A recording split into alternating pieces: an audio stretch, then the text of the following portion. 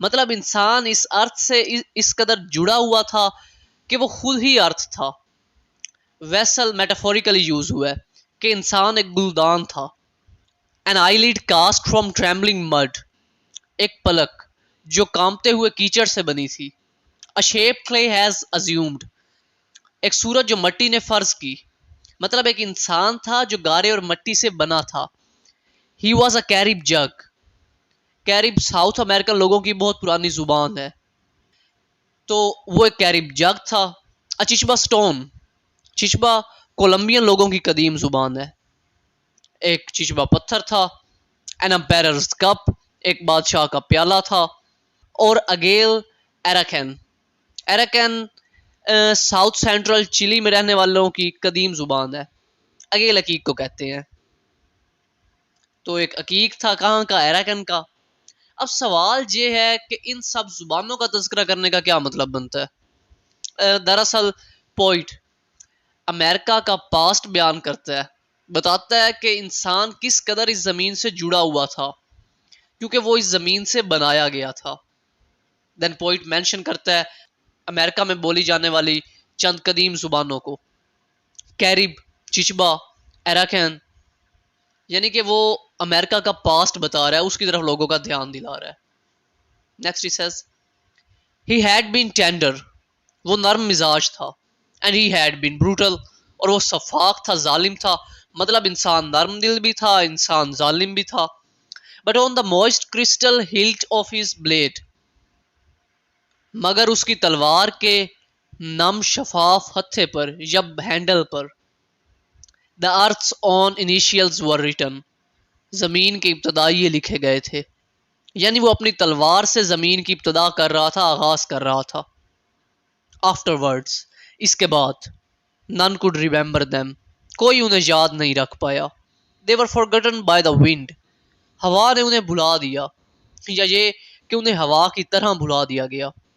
فضا بدلی, لوگ بدلے, انہیں بھلا دیا گیا. the language of water entombed, پانی کی زبان کو سپرد خاک کر دیا گیا.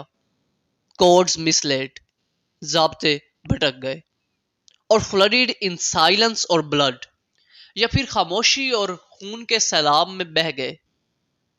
اس ٹانزا میں جسٹ پیبلو نریودا یہ بتا رہا ہے کہ وہ جو ماضی کے لوگ تھے ان کا کلچر, ان کی زبان سب ختم, ان کا نشان تک نہیں رہا. Life wasn't lost, my grassland brothers, میرے ہموطن بھائیوں زندگی ختم نہیں ہوئی تھی. But in the forest, مگر جنگل میں, like a rose, ایک گلاب کے پھول کی طرح, a crimson drop fell, ایک سرخ قطرہ گرا. and a lamp made of clay was quenched, اور مٹی سے بنا ایک چراغ بجھ گیا. I am here to tell the story, میں یہاں کہانی سنانے کے لیے آیا ہوں. I sought you my father, میں نے آپ کو تلاش کیا تھا میرے والد. Warrior youth of shadow and bronze, سائے اور کانسی کے جنگجو نوجوانوں. I sought you from the harmony of the buffalo to the scourge sand of earth's end, میں نے بھینسوں کی ہم آہنگی سے کوڑے دار ریت تک زمین کے آخری سرے تک آپ کو ڈھونڈا. to the mists of massed Antarctic light, Antarctica کے وسیع پھیلی ہوئی روشنی کے دھندلکوں تک ڈھونڈا. and through cliffside warrens of serene Venezuelan shade, اور وینزویلا کے پرسکون سائے میں موجود چٹانوں میں بنے وارنز یعنی خرگوشوں کی سرنگوں میں. اور perhaps it was you I sought, اور شاید یہ آپ ہی تھے جنہیں میں نے تلاش کیا. نیوپٹل بلوم, شادی کے کھلکھلاہٹ میں. انڈومیٹیبل مین, ناقابل تسخیر لہراتے ہوئے بالوں میں. کھیمن مدر, ایک مادہ مگرمچھ ماں میں. میٹل ڈو, ایک دھات کی بنی فاختہ میں. اس ٹانزا میں پیبلو نریودا اپنی زمین کے باقی لوگوں سے کہتا ہے کہ بھائیوں اگرچہ ہمارے اجداد کی زبان, ان کا کلچر کہیں کھو گیا تھا مگر زندگی نہیں کھوئی تھی. کہیں جنگلات میں ایک سرخ خون کا قطرہ گرا تھا, وہ خون ہمارے اجداد کا تھا, وہ قطرہ میرے اندر ہے. وہ خون زندہ ہے. میں آپ سب کو اصل داستان سناؤں گا. میں نے اپنے اجداد اپنے آبا کو تلاش کیا تھا، تلواروں کے سائے میں، مٹی کے ذروں میں، انٹارکٹیکا کے سرد دھند میں، وینزویلا کی چٹانوں میں، بل کھاتی زلفوں میں، مطلب دنیا کے ہر کونے، ہر شے میں. آئے میں دنکین فرام دا مائر، دلدل سے اٹھ کر آنے والے انکین. انکین دراصل امریکہ کی ایک قدیم قوم یا سلطنت تھی. دا انکین امپائر، انکین سلطنت. نریودا یہ بتا رہا ہے کہ اس کا تعلق ان لوگوں سے ہے، یہ ان کی نسل سے ہے. I, the Incan from the mire, touched the stone and said. میں دلدل سے اٹھ کر آنے والا انکن، میں نے پتھر کو چھوا اور کہا Who awaits me؟ کون میرا انتظار کر رہا ہے؟ And I closed my hand on a fistful of empty crystal sand.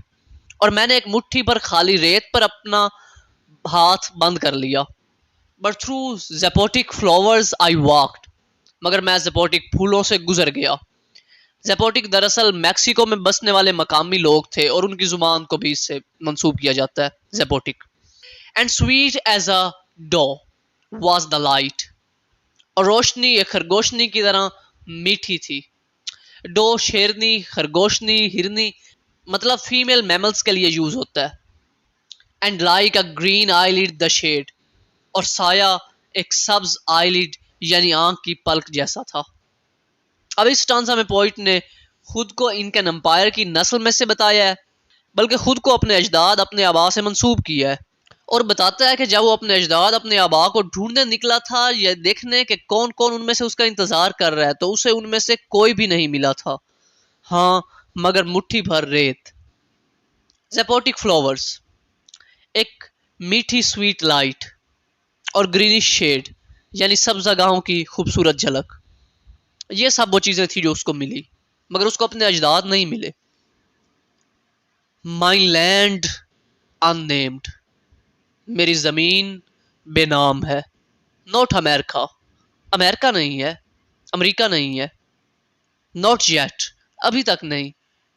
ایکوینوکٹیکل ورس، مساوی جذبہ. پرپلڈ spare, shahi نیزہ. From other roots, مٹی کی جڑوں سے. Your fragrance rose through me, آپ کی خوشبو مجھ سے اٹھی یا پھیلی. To the cup from which I drink, اس پیالے تک جسے میں نے پیا. To the slightest unborn word still quiet on my lips, ایک معمولی سے نہ جنم لینے والے لفظ تک جو کہ میرے ہونٹوں پر آج بھی خاموش ہے. اس ٹانزا، لاسٹ ٹانزا میں پیبلو نریودا محض دنیا کو بتانا چاہتا ہے کہ اس کی زمین جو کہ اس کے آبا کی نشانی تھی وہ امریکہ نہیں تھی. جو اب امریکہ موجود ہے وہ یہ نہیں تھی. وہ جو جذبہ اس کے اجداد میں تھا وہ خوشبو بن کر مٹی سے پھوٹا ہے، اور وہ خوشبو نریودا کی صورت میں پھیل رہی ہے. وہ خوشبو اس کے پیالے سے آتی ہے جس سے نریودا پانی پیتا ہے یا کچھ بھی پیتا ہے. وہ خوشبو ان الفاظ سے آتی ہے جو نریودا کے ہونٹوں پر آ کر ٹھہر جاتے ہیں اور وہ انہیں کہہ نہیں پاتا. انفیکٹ یہ ساری نظم، یہ پوئم اسپینش امریکن وار کی طرف ایک اشارہ ہے کہ کیسے اسپینش نے یہاں آ کر قبضہ کیا اور آہستہ آہستہ امریکنز یعنی امریکہ کے اصل باشندوں، یہاں کے نیٹیوز کے کلچر اور ان کی زبان کا کوئی نام و نشان تک نہ رہا، وہ سب ماضی کا حصہ ہو گئے. This is a lengthy poem and Spanish to English translated بھی ہے، اس لیے تھوڑی ڈیفیکلٹ ہے. آئی ہوپ سو کہ آپ کو سمجھ آ گئی ہوگی. مزید ایکسٹرا اسٹوڈنٹس کے لیے یہ ریکویسٹ ہے کہ کائنڈلی اس پوئم میں یوز ہونے والی نیشنز، امپائرز، لینگویجز، مطلب وہ سب چیزیں جو پاسٹ کی طرف ایک اشارہ ہے، انہیں اچھے سے یاد کر لیں. It will be very helpful for you guys regarding your exams. So take care, good bye, see you in the next video. Allah Hafiz.